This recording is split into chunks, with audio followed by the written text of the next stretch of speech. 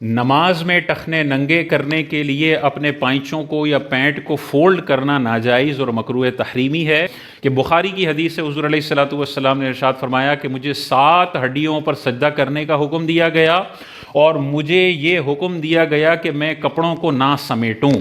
کف ثوب سے نبی کریم علیہ الصلوۃ والسلام نے منع فرمایا، یعنی نماز میں اپنے کپڑوں کو کہیں سے بھی سمیٹنا یہ منع ہے، چاہے وہ نیفے سے سمیٹ لے اپنی شلوار کو، چاہے وہ پینٹ کے پائنچوں کو فولڈ کر لے، دونوں صورتوں میں کپڑوں کو سمیٹنے کی وجہ سے یہ نماز ناجائز اور مکروہ تحریمی ہوگی اور یہ بندہ گناہ گار ہوگا۔ اب بہت سارے لوگ اس میں کنفیوژن کا شکار ہوتے ہیں اور کہتے ہیں کہ دیکھو ایک حدیث پاک میں حضور علیہ السلام نے ٹخنوں کو کھولنے کا حکم دیا کہ جو ٹخنے ڈھکے گا وہ ٹخنے آگ میں ہیں اور اللہ تعالیٰ اس بندے کی طرف نظر رحمت نہیں فرمائے گا، اور آپ ہمیں یہ کہہ رہے ہیں کہ ٹخنے ڈھکے رہنے دو اور نماز اس حالت میں پڑھ لو، تو یہ تو آپ ایک حدیث کی مخالفت ہمیں سکھا رہے ہیں۔ تو ایسے لوگوں کو غور کرنا چاہیے۔ دیکھیں اس حدیث کے اندر جو بخاری کے اندر ہے، حضور علیہ السلام نے ارشاد فرمایا مجھے کپڑوں کو نہ سمیٹنے کا حکم دیا گیا کہ کپڑے کہیں سے بھی فولڈ ہوئے کہیں سے بھی سمٹے ہوئے نہیں ہونے چاہیے۔ اس میں کوئی کنڈیشن نہیں ہے کہ اس وجہ سے کر لو تو جائز ہے، اس وجہ سے نہ کرو تو ناجائز ہے، ایسا کچھ نہیں ہے۔ جبکہ ٹخنوں والی جو حدیث ہے اس میں حضور علیہ الصلوۃ والسلام نے واضح طور پر ارشاد فرمایا جو تکبر کی وجہ سے اپنا کپڑا گھسیٹتا ہے تو قیامت کے دن اللہ تبارک و تعالیٰ اس بندے کی طرف نظر رحمت نہیں کرے گا۔ واضح طور پر بخاری کی حدیث کے اندر تکبر کے الفاظ موجود ہیں، اور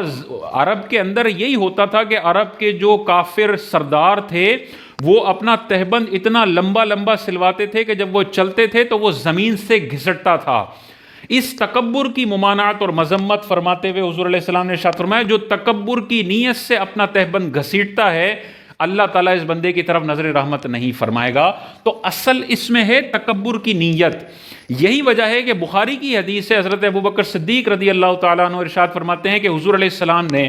تہبند کو لٹکانے کے حوالے سے جو کچھ فرمانا تھا جب وہ فرما لیا تو میں نے تاجدار کائنات کی بارگاہ میں یہ عرض کیا کہ یا رسول اللہ صلی اللہ علیہ وسلم میرا تہبند لٹک جاتا ہے، میرا تہبند ٹخنوں سے نیچے لٹک جاتا ہے، گر جاتا ہے۔ تاجدار کائنات نے ارشاد فرمایا اے ابو بکر تم ان میں سے نہیں ہو جو تکبر کی نیت سے اپنے تہبند کو لٹکاتے ہیں۔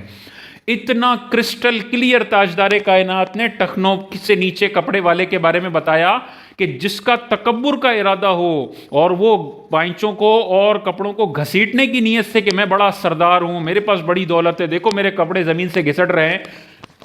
ایسے بندے کے لیے وعید فرمائی ہے۔ اور اگر تکبر کی نیت نہ ہو اور کسی مجبوری کی وجہ سے ٹخنے ڈھک جاتے ہیں تو یہ گناہ نہیں ہے، جیسے حضرت ابوبکر صدیق رضی اللہ تعالیٰ عنہ کا عمل ہے اور حضور نے ان کو منع نہیں فرمایا۔ تو یہاں پر ہے تکبر کی نیت کے ساتھ حرام، اور اگر تکبر کی نیت نہیں ہے کوئی فیشن کی وجہ سے کرتا ہے تب بھی ہم کہیں گے یہ ناپسندیدہ تو ہے لیکن گناہ نہیں ہے، کیونکہ اس نے صرف فیشن کی وجہ سے کیا، اس کی تکبر کی، دوسروں کو حقیر اور ذلیل سمجھنے کی نیت نہیں ہے، بطور فیشن کیا۔ اب بھی ہم کہیں گے خلاف سنت کام کیا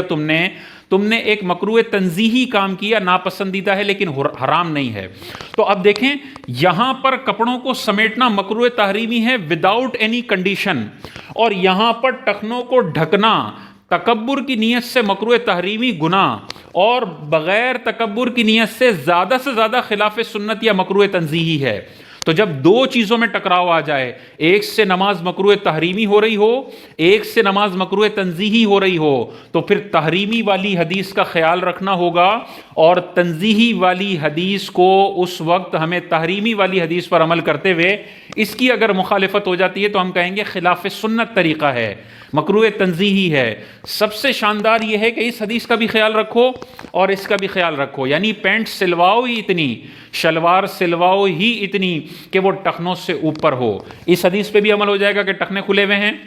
اور اس حدیث پر بھی عمل ہو جائے گا کہ کپڑا کہیں سے فولڈ نہیں ہے۔ لیکن اگر کسی نے لمبی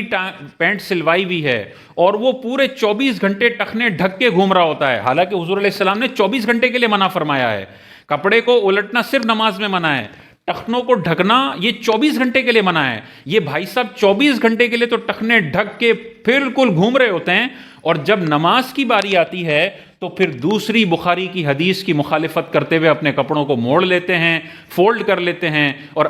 اس طرح نماز پڑھتے ہیں۔ انہی بھائی صاحب کو کہا جائے کہ اگر آدھی پنڈلی تک آپ کے پائنچے اس عجیب و غریب شیپ میں فولڈ ہوئے ہوئے ہوں، کیا آپ ایسی حالت میں اپنے سیٹھ کے پاس جانا گوارا کریں گے؟ وہ کہے گا نہیں بھائی، سیٹھ کے سامنے تو پوری پینٹ ہونی چاہیے، یہ اس طرح سے فولڈ ہوئی ہوئی کہ ادھر 3 بل لگے ہوئے ہیں، ادھر 4 بل لگے ہوئے ہیں، یہ بل تھوڑا موٹا ہے، یہ بل تھوڑا پتلا ہے۔ عجیب سی بعض اوقات ہیئت ہو جاتی ہے ان بندوں کی جو پیچھے اتنی بڑی بڑی پینٹیں فولڈ کر کے نماز پڑھ رہے ہوتے ہیں۔ تو سب سے شاندار طریقہ یہ ہے کہ پائنچے چھوٹے ہوں اور دونوں حدیثوں پر عمل ہو جائے، اور اگر کسی نے پائنچے بڑے سلوائے ہوئے ہیں تو وہ ہرگز ان کو فولڈ کر کے ٹخنے ننگے کرنے کی کوشش نہ کرے، کیونکہ کرے گا تو مکروہ تنزیہی سے تو بچ جائے گا جو گناہ نہیں تھا، لیکن مکروہ تحریمی میں پڑ جائے گا جو گناہ ہے۔ جب 2 چیزوں میں سلیکشن ہو، خلاف سنت اور مکروہ تحریمی، تو پھر مکروہ تحریمی کا خیال رکھنا ہوگا اور خلاف سنت والی بات پر عمل کرنا ہوگا اگر کوئی اور آپشن نہیں ہے۔ تو اس حوالے سے غور کرنا چاہیے۔ بہت سارے لوگ اس حدیث کا خیال نہیں کرتے جو کہ بخاری میں لکھی ہوئی ہے، اور اس حدیث کو ایسا امپلیمنٹ کرنے کی کوشش کرتے ہیں گویا کہ حضور نے تکبر کا لفظ ہی ارشاد نہیں فرمایا، اور وہ ابو بکر صدیق والے قول کو بھی اگنور کر دیتے ہیں، اور وہ یہ بھی اگنور کر دیتے ہیں کہ موزے میں بالاتفاق نماز ہو جاتی ہے، حالانکہ موزے میں ٹخنے انسان کے ڈھکے ہوئے ہوتے ہیں۔ تو بھائی موزے میں بھی پھر نہیں ہونی چاہیے، ٹخنے تو ڈھکے ہوتے ہیں، وہ کہیں گے نہیں موزوں میں جائز ہے۔ تو یہاں پہ جب تکبر کا لفظ حضور علیہ السلام نے ارشاد فرمایا تو تم کیوں اپنی طرف سے تکبر کے لفظ کو ہٹاتے ہو اور ڈائریکٹ مسلمانوں کو کہتے ہو کہ تکبر تمہارے دل میں ہو نہ ہو، ہر صورت میں تم حرام کام کرنے والے ہو؟ یہ شریعت پر افترا ہے، اور اپنی طرف سے ایک چیز گھڑ لینا ہے جبکہ حقیقت میں وہ چیز ویسی نہیں ہے۔